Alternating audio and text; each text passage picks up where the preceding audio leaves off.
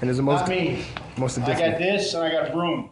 Okay? I am not an evolutionist. I believe in creation. There is a God. And one day we're all going to meet him. But I do believe in the evolution of the floor man. Because you started out in the corners, didn't you? Right?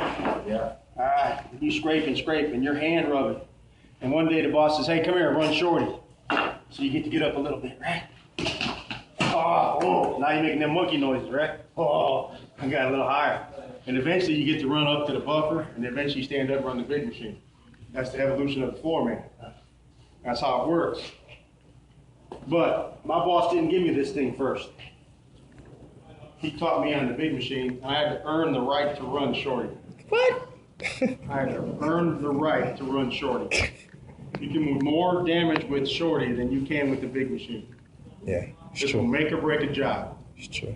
How many times you say, well, everything looks good, but along the walls? It's Put your true. best man on shorty. When I was running, I had 5 guys and myself. Me and Joey did all the edging. Best 2 guys. I wasn't going to have a job get rejected because we didn't edge right. Now, I edge a little different than most folks. So we'll get into that. But maintenance on these have motor brushes in there. When I say a brush, it's not like a brush like comb your hair brush. It's a carbon brick, basically, that sits against the commutator face, and electricity is carried through that into the armature, generates a magnetic field, makes that sucker turn really fast. That's what it does.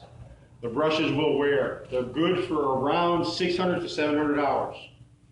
This manufacturer's got an hour meter on it, right? Yes. Okay? So you can tell. Now, in my case, that's that good English, you know? Sorry about that, ain't got. Once you get that good English, can't nobody take it from you. We ain't got no meter on this one. So we got in the habit of checking our brushes every 3 months. When the brushes are half worn, you replace it. But here's the thing you got to understand. It's not half of the whole, like if this is a 1-inch brush, 1/2 is not half. Because there's only a certain amount of that that's actual wearable. So really, 1/4 of an inch worn is half worn, meaning it's half of the working life is gone. So you don't wear it down to where it's a half inch. Basically, imagine that thing in quarters. So you're going to wear a half of the working life down, and that's around 700 hours. That's got a meter. You can keep tracks on it. This one here, about every 3 months, you're going to check it. I literally, and I'm not exaggerating, 4,000 foot job. That thing there is 26 gallons of dust. I started at 7 a.m. and I quit at 8 o'clock that night. I had 4,000 feet 2 times in one day. I stopped it long enough to go to pee and change paper. I don't smoke cigarettes. That's the best time to get a cigarette break, ain't it? Gotta change paper, boss. Killing me. Once you get rolling with this thing, don't stop. You're gonna hurt. You're gonna be sore. You're gonna be deaf. You're gonna have your iPod on repeat. You're probably gonna hear the same song 10 times. But you gotta stop that dude, give him a breath, change tape, because he's gonna run out of breath eventually. So you gotta just get her done. But you gotta find the right position. Now what I found to do, if you watch me walk, I walk a little funny. Y'all can laugh at me, it's okay. I have an artificial hip. When I run a sander, there's something about my gait that changes. I don't know what it is. When I run the edger, I find the most comfortable position I can get in, and then I'll work that position for a while. Then I'll get down on a 1 knee, then I'll get on 2 knees. I'll change that repetitive motion all the time. Before I start getting shorty, I stretch. What does a professional athlete do? Right? On the wall, doing all this stuff. What do you think shorty's doing to your body? It's eating it up, man. So stretch. Make sure you take the time to get your back stretched out, get your hams and your muscles down here to your feet bone, and the feet bone's connected to your ankle bone. I ain't no doctor, I don't know all the phrases. But get them broke free. So I'll start here. By the time I'm done, I can put my hands, as fat as I am, I can put my hands flat on the floor. All right? You want to be able to do that. You want to be able to stretch out like that because you're going to be in this position for 5-6 hours. All right? Get down on one knee. Get down on both knees. The whole key to any time you're going to edge is you want to be able to run this thing with one hand. You want to be able to feel the floor and make sure it's nice and flat. Is that vacuum plugged in? I'm going to edge a little bit, and then I'll have you show how to edge with yours. You're going to have to get a smaller hose, so I got a 2-inch hose on here.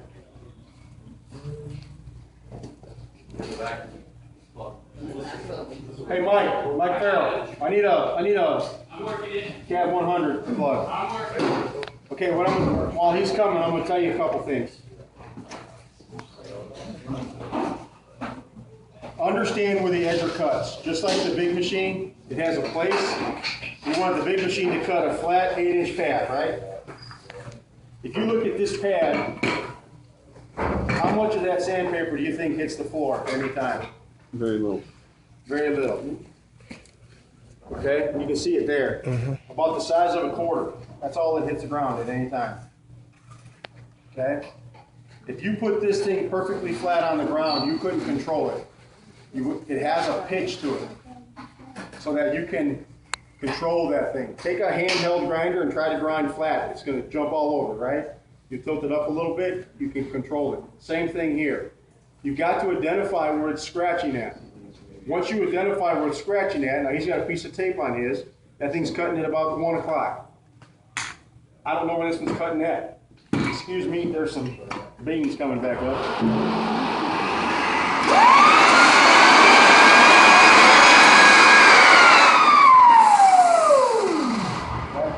This one's cutting over here at 11:30. I wanted to verify that piece of tape. Y'all see the dominant scratch right there? While this over here is starting to feather.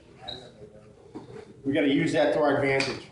Okay? That's 10 to 12 pounds of head pressure right there. That's all there is. I'm going to take this, and how many times you see guys do this little J pattern?